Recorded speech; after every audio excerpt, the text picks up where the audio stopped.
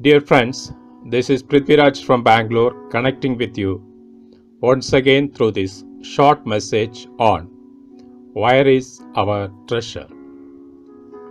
In Matthew 6:19-21 we read as, "Do not store up for yourselves treasures on earth where moths and vermin destroy and where thieves break in and steal, but store up for yourselves treasures in heaven where moths and vermin do not destroy, and where thieves do not break in and steal. For where your treasure is, there your heart will be also." Here we find a command to stop some action that is already in process. We are exhorted to be heavenly minded with respect to the relation we hold on to the wealth.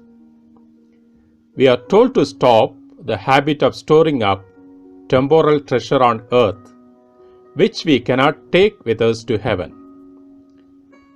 Jesus makes it clear what our relationship ought to be with respect to the material things by which we are surrounded and with which we have to deal.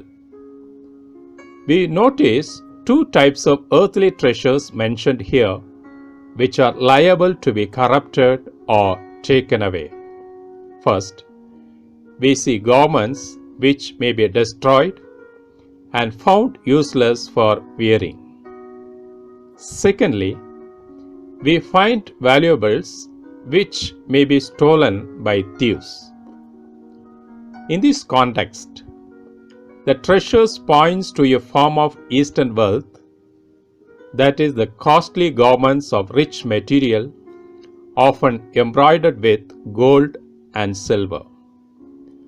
The rich delighted in displaying their treasures through apparel embedded with beautiful and richly ornamented articles.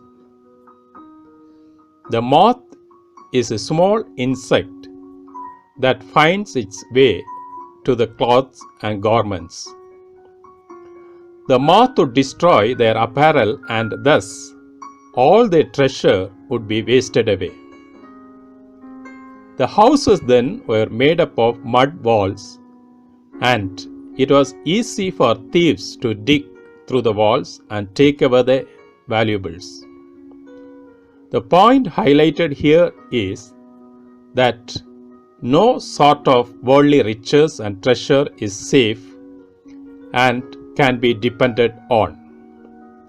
Jesus urged his followers to seek true wealth because earthly wealth, though gathered, may be rendered useless by the chances in earth.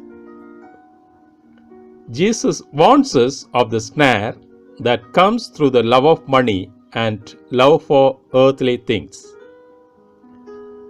Christ dissuades us from covetousness and worldly mindedness. He wants us not to hold on to anxious care and concern to hoard up plenty of worldly things for ourselves, making no use of them at present for the good of others. Here, Jesus is not advocating poverty as means to spirituality. It is right to provide for our families, to make reasonable plans for the future, to make wise investments, and to have money to carry on a business, while giving to poor and supporting Lord's work. It is being dishonest, greedy, covetous, and stingy about possessions that are wrong. To honestly earn, save, and give is wise and good. To hoard and spend only on ourselves is not only unwise but also sinful. To lay up treasure in heaven is to do anything on earth whose effects last for eternity. It is said that worldly mindedness is a common and fatal symptom of hypocrisy. The scripture teaches that The heart is the control center of our life. We must guard our hearts and watch over them so that our heart follows after the things of God and is not distracted by the things of this world. It is the right time to ask ourselves these important questions for our spiritual welfare. Where is our treasure? And where is our heart? May God enable us to be heavenly focused and seek after things that has heavenly impact and effect. Thank you for listening. God bless you.